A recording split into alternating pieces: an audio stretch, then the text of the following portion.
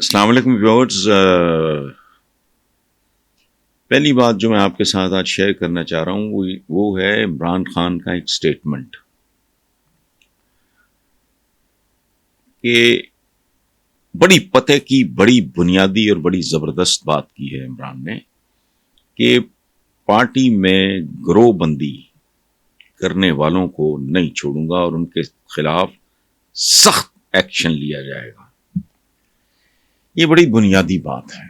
یاد رکھیں جب کوئی آدمی کسی بھی کاز کے لیے، یہ ایک ٹیم ہی ہے نا جی، تو ٹیم اگر سنکرنائز نہیں ہوتی، اٹس لائک اے مشین. ایک تنظیم بھی، ایک ملک بھی بنیادی طور پہ ایک مشین کی طرح ہوتا ہے جس کا اگر ایک آدھ پرزہ بھی خراب ہو یا وہ میل فنکشن کرے، ٹھیک کام نہ کرنا ہو، تو وہ پوری مشین کو متاثر کرتا ہے. قومیں بھی وہی گھٹیا ہوتی ہیں جن کے درمیان سنکرنائزیشن نہیں ہوتی، ایک خاص لیول کا جرت نہیں ہوتی، ہم آہنگی نہیں ہوتی. ایک خوبصورت گیت کیا ہوتا ہے؟ سنگر گاتا ہے نا، میوزک ڈائریکٹر ہوتا ہے، اس کے بعد سامنے آپ نے دیکھا ہوگا موویز میں ایک فوج بیٹھی ہوتی ہے. کوئی وائلنسٹ ہے، کوئی پیانو پہ ہے، کوئی ڈرم پہ ہے، کوئی طبلے پہ ہے، کوئی ہارمونیم پہ ہے، مختلف طرح کے. اگر وہ سارے ایک ہی سر کو فالو نہیں کر رہے ہوتے، خوبصورت گیت نہیں بن سکتا، وہ بے سرا ہو جائے گا. قوموں کا بھی یہی حال ہوتا ہے. ہم بدقسمتی سے ہمارے اندر ایک گندگی اور غلاظت موجود ہے. ہم گلیوں میں اکٹھے نہیں، طبقاتی فاصلے، فرقہ واریت، ذات برادری، میں ایتھے دا رہن والا ہے، میں اوتھے دا رہن والا ہے، یہ اندر مر گیا ہوا ہے. ہمارا ایز اے قوم کہ پہلی پہچان ہونی چاہیے کہ اچھا یار، آپ فرقہ چھوڑو، مذہب چھوڑو، آپ عیسائی ہو، سکھ ہو، ہندو ہو، پاکستانی ہو. پہلی پہچان، میرا تمہارا پہلا رشتہ پاکستانی ہونے کا ہے. اسی طرح پی ٹی آئی کے لوگوں کو، میں میکرو لیول پہ نکل گیا ہوں، آئی ایم سوری، لیکن کوئی بھی پارٹی، کوئی بھی آرگنائزیشن ایک جڑت ہوتی ہے جو اس کو زندہ رکھتی ہے، آگے لے کے جاتی ہے. ہمارے آقا کا ایک قول ہے سبحان اللہ کہ مسلمان ایک جسم کی مانند ہیں. اب میں عالم اسلام کے لیول پہ جا رہا ہوں. مسلمان ایک جسم کی مانند ہے جس کے ایک عضو کو اگر تکلیف پہنچے گی یا زخم لگے گا تو پورا جسم درد میں مبتلا ہوگا.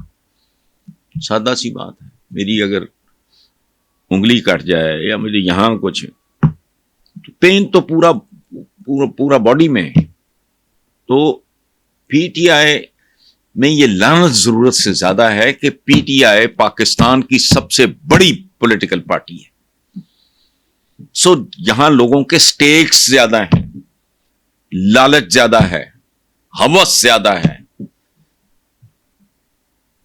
جو انتہائی گھٹیا آدمی کی نشانی ہے. کاز کے لیے جب آپ کام کرتے ہو تو خاموشی سے کرو. میری آج تک کسی پولیٹیکل پارٹی سے کیوں نہیں بنی؟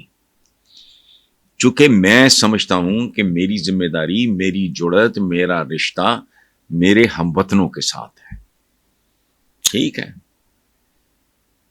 پیپلز پارٹی کے لیے میں I was in my 20s جب میں نے جیلیں کاٹی. جو عقل آتی گئی، یہ شعور آ گیا کہ نہیں، پولیٹیکل پارٹی کوئی نہیں، میرے لیے نمبر 1 میرا ہم وطن ہے. اچھا، تب سے لے کے اب تک پی ٹی آئی کے لیے رائٹ فرام دا ڈے 1 میں تو خیر ان کا میڈیا ایڈوائزر، سیکرٹری انفارمیشن بھی رہا. لیکن چھوڑنے کے بعد میں نے کہا اس میں تو پھر وہ اتنا وقت ضائع ہوتا ہے، پڑھنے لکھنے کا وقت نہیں ملتا، یہ وہ سارا. لیکن تھرو آؤٹ ان کو سپورٹ کیا، اور میرے کالم گواہ ہیں. پی ٹی آئی کی گورنمنٹ عمران کے ساتھ ایک تعلق،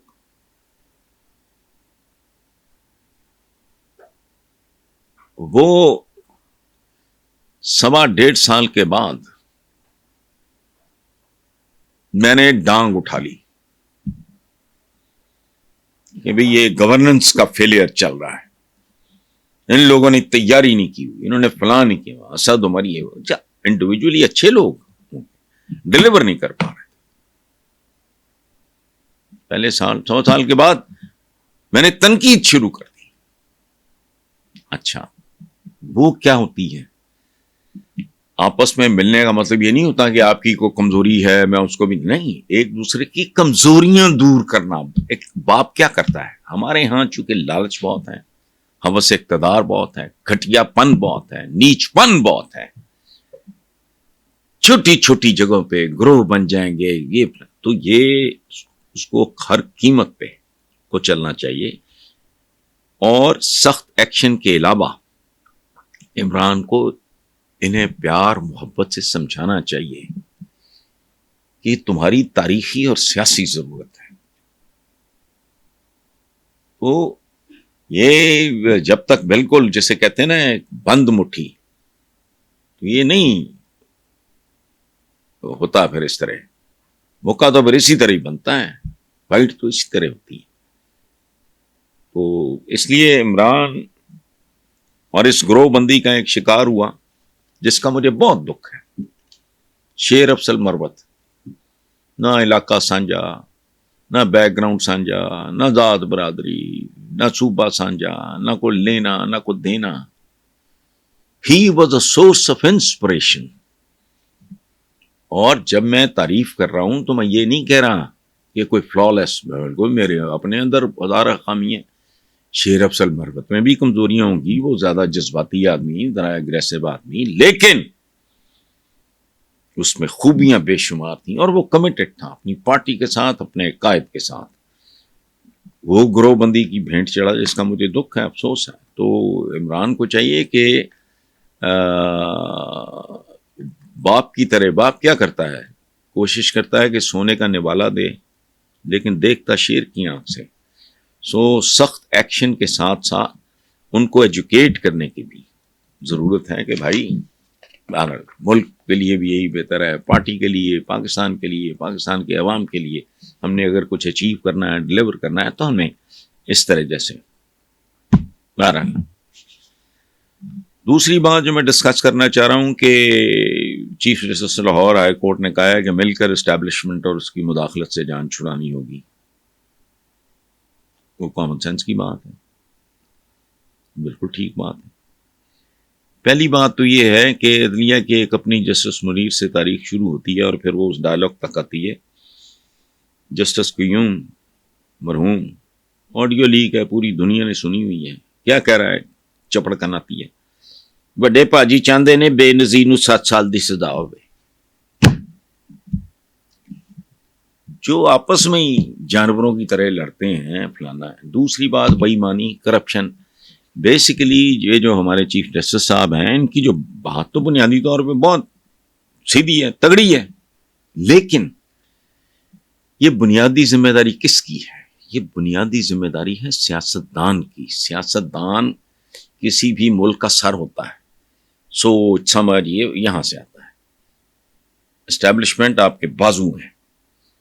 تو دماغ یہ اگر ٹھیک کام نہیں کر رہا, اگر یہ لوگ کرپٹ ہیں, کمیشن کک بیک کھانے والے, بے شرمی سے, ڈٹائی سے, بیرون ملک جائیدادیں بنانے والے, اور یہ اور وہ اسٹیبلشمنٹ. میرا ڈے 1 سے یہ ایمان ہے, میں آپ کو دیانتداری سے اپنے ویورز کے ساتھ شیئر کروں کہ آنکھ اٹھا کے بھی نہ دیکھتی اگر یہ نکمے, نالائق, کرپٹ, کام چور, حرام خور نہ ہوتے.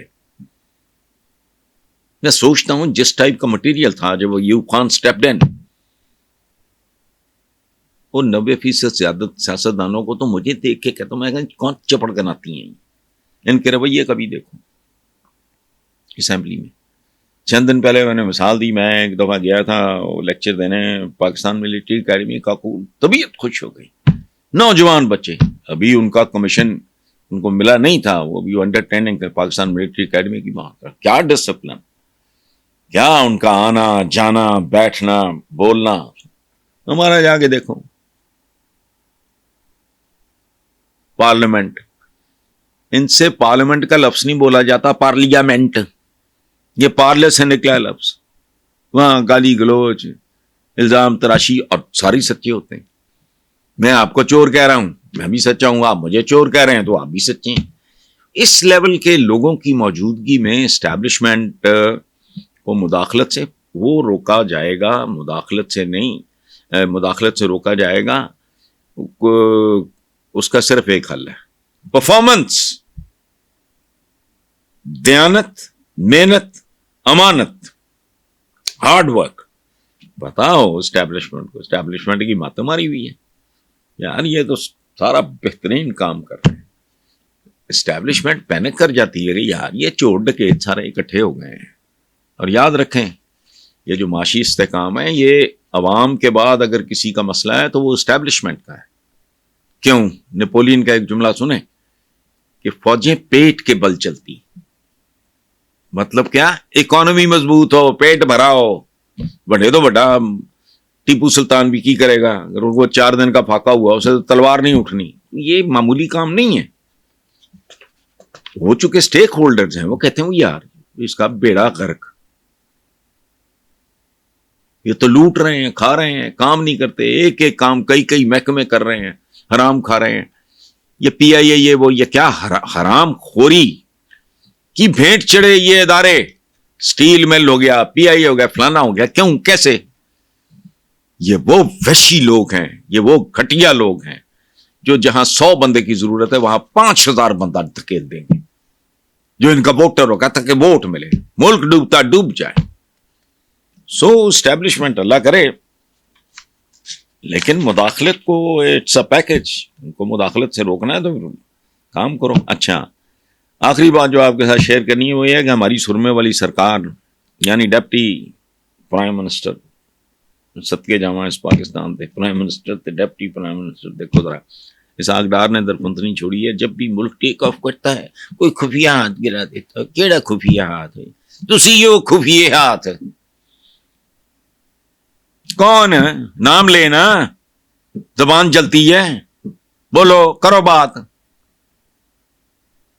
جن لوگوں کے ہاتھ میں جو بندہ جتنی دیر اقتدار میں رہا اتنا ہی ذمہ دار ہے. اب کیلکولیٹ کر لو. اچھا اس کو تو اصل بیچارے کو ڈار صاحب کو تو ڈارلنگ کو کوڑ یہ ہے کہ بجٹ اس سے کیوں نہیں بنوایا گیا یہ وہ، چونکہ اس کی اپنی کوئی ہوتی ہیں بہرحال لذتیں ہوتی ہیں بجٹ بنانا 26 کروڑ آدمی کو وغیرہ وغیرہ. سمجھا کریں آپ بھی نا، ساری باتیں آپ مجھ پہ نہ چھوڑیں. آپ بھی کچھ مجھے اندازہ ہے آپ کو پتہ لگ گیا ہوگا کیا کہہ رہا ہوں. میں خفیہ تو کیڑا خفیہ؟ کتنے سال ہو گئے تم لوگ چمبڑے ہوئے ہو. ہاں گانا پیچھا ایک ضیاء الحق پتہ نہیں کیا انتقام لے گیا پاکستان سے. انہی لوگوں کی وجہ سے پیپلز پارٹی میں بھی کرپشن گئی. بھٹو تک کی پیپلز پارٹی پہ کبھی کسی نے انگلی اٹھائی تھی؟ بعد میں کیا ہوا؟ ریٹ ریس شروع ہو گئی. اور وہ کس نے شروع کی؟ نون لیگ نے. پیپلز پارٹی بھی اس کی لپیٹ میں آ گئی. Thank you very much.